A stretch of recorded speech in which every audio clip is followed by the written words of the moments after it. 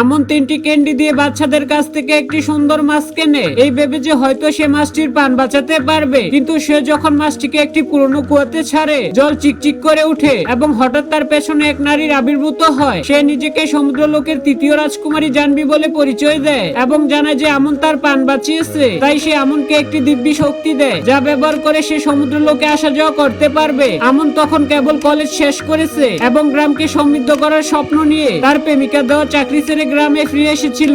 নতুন শক্তি পাওয়ার পর সে সমুদ্র লোক দেখার সিদ্ধান্ত নেয়, কিন্তু রাস্তা হারিয়ে উপরে উঠে এলে হঠাৎ রাধা ভাবি তার গায়ের উপরে পড়ে যান। 3বার বিয়ে করেও প্রতিবার স্বামী মরে যাওয়ায় মানুষ তাকে অপয়া মনে করত এবং এই দুঃখে তিনি পান দেওয়ার চেষ্টা করেছিলেন। আমন তাকে বাঁচায় এবং বুঝায় যে তার ছোঁয়া কোনো অপয়া লক্ষণ নয়। এমন সময় পিটি দৌড়ে এসে জানায় যে স্কুলের শিক্ষক বিজয় স্যার পাহাড়ে নিখোঁজ হয়ে গেছেন। আমন খোঁজা শুরু করেন এবং যখন কিছু পায় না তখন সে তার দিব্যি শক্তি ব্যবহার করে। ওইদিকে বিজয় স্যার সাপের বিষের কারণে হাঁটতে পারছিলেন না। আমন কোনো কিছুর পরোয়া না করে তার প্রাণ বাঁচাতে বিষ চুষে বের করে আনে এবং তাকে হোস্টেলে নিয়ে আসে। অবস্থার অবনতি দেখে সে জানবীর কাছে পৌঁছায়। সে তাকে একটি সমুদ্রের মুক্ত দেয়। আমন সেই মুক্ত দিয়ে স্যারের চিকিৎসা করে তাকে বাঁচিয়ে তোলে। তখনই জানা যায় যে স্কুলের উপর গুন্ডা হিরো আলমের নজর পড়েছে। আমন তার মুখোমুখি হয়, দিব্যি শক্তি দিয়ে তাকে হারায় এবং ঘোষণা করে যে স্কুলের উপর কেউ হাত দেবে না। ধীরে ধীরে আমন গ্রাম এবং শিক্ষা উভয়ের জন্য আশার আলো হয়ে ওঠে।